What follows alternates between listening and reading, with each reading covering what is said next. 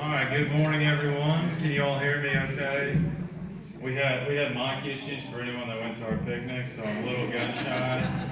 But this is a much better mic, so I feel much better about it.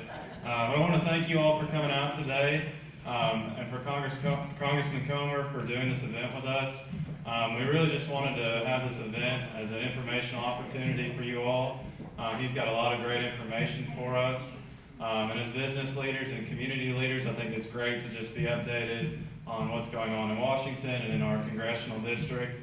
I'd like to thank all of our elected officials that made it out today, and our board members that have made this possible, and West Kentucky Aquaponics for helping us put this event together. Like I said, we've got coffee and donuts in the back, and I will send donuts home with people because I'm not taking donuts home. So if you haven't got one of those, make sure to get one of those. And before I introduce Congressman Comer, this is a really cool event for me as well.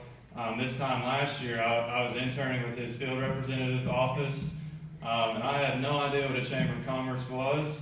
And my first exposure to that was this time last year at the Paducah Chamber when he did a congressional update. So it's kind of cool to be in this spot up here. Still don't know what I'm doing, but we're getting there, and I think it's really cool just to see how a chamber can really progress our business community and provide that information. So thank you to Congressman Comer for that opportunity and for being here today. And in front of you, we've got more of a biography for you, but I wanted to introduce him. Congressman Comer, as you know, is our first congressional district representative. He was elected in 2016.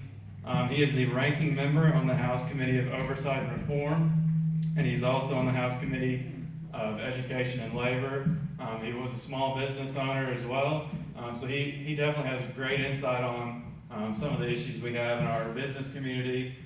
We really wanted to just give you a chance to provide a congressional update for us, and we'll see how much time we have, but we got some discussion questions for you. But Congressman Comer.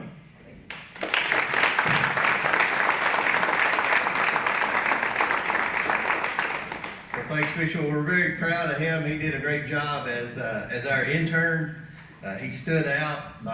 He worked with my field rep, Corey Elder, who is originally from Graves County, but he works out of the Madisonville office. And Corey's about, I don't know, Corey's not here, is he? Corey's about 5'6", maybe, and how tall are you?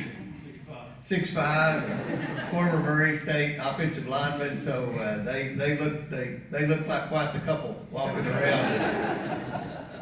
Very proud to see you're with the Marshall County Chamber, and it's great to be here today in this beautiful building. I passed by it a few times. I wanted to come here and see it, so it's as nice as I had envisioned. My mother was very passionate about public library. She was on the Monroe County Public Library Board her entire life, and Monroe County has dreamed of getting a new library forever, and I think that's going to continue to be a dream. So congratulations on this facility here. Wanted to recognize some more interns from Marshall County. We have been blessed with having some of the sharpest interns ever. And just wrapped up in Washington a stint with two great Marshall Countyans, and they're here today. I wanted to recognize Alec Jones. Where is she? All right, stand up to make sure. I'm sure everybody knows you, but and Luke Wyatt, Luke in the back. So I had 4 interns for the last couple of months in my Washington office, and 50% of my intern makeup was from Marshall County. So you all are producing a great group. And I have 2 old interns from way back when I got my start 4 years ago that met during the process, and they have become a powerful Marshall County couple now. You all haven't gotten married yet. Are you married? Okay. All right. Michael Mann. Where's Michael? He leave? You run him off, Mickey? All right. Michael Mann is originally from Washington County, but he's gonna be a Marshall County, and Lauren Searles. So, I don't know, Lauren, you may not have been an intern, Lauren worked for me, so. You started as an intern, that's right. So Lauren was a big part of our office, and glad to see you all back in Marshall County and in the business community. So it's, and then we have a current intern from Paducah that's here, Austin Wethington. He's from Paducah, and he's interning out of our Paducah and Madisonville offices. So glad to have him here today. A lot of sharp people from this area, young people, and real excited to see them have an interest in government and politics, and hoping that they can learn a little something while they're working with us and come back and be leaders in the community and make a difference. Judge Neal, it's great to see you, and Representative Freeland, always great to see you all. Appreciate your leadership and all the local elected officials that are here, and the chamber membership. My first stint in community service was right after I graduated from that other school down the road, Western. I became small business owner and active in the community, and became president of the Monroe County Chamber of Commerce. So that was the first, I guess, official title I ever had. And I know the challenges of being a member and a leader of a rural communities chamber, and I'm a big fan of the Chamber of Commerce, and glad to see the participation here today. And just thought I would give you a brief update on some of the things going on in Washington, and then turn it over for some questions. If you watch the news, which I do not encourage you to watch, but if you watch the news, there's a lot of talk about the gridlock. Obviously there's gridlock. Obviously there is hyper partisanship in Washington more.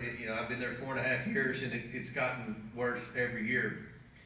But a lot of talk about the Senate and Joe Manchin and Kristen Sinema from Arizona not going along with ending the filibuster and some of the liberal legislation coming out of the House of Representatives. But there's a problem in the House too, that for whatever reason they don't cover in the news. Pelosi obviously is the speaker, and she has a 10-vote majority. That seems like a lot, but it's not. Out of 435 members, she has a 10-vote majority. If she loses 5 votes, the bill fails. In other words, if every Republican voted no, and every Democrat except 5 voted no as well, then the bill would fail. And there are 6 members of what's called the squad.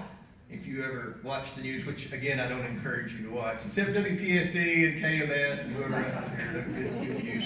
But the squad are extremely liberal, and you've got Ocasio-Cortez, Ilhan Omar, Tlaib, that crew, Cori Bush. They are bucking up against Biden and Pelosi, their legislative agenda, because they don't feel like it's liberal enough. So you've got a situation, and in fact, they're really kind of a thorn in the side of Pelosi right now, because they're recruiting candidates in these really Democrat districts to run against a lot of Democrat incumbents. In fact, if you read the news in Louisville yesterday,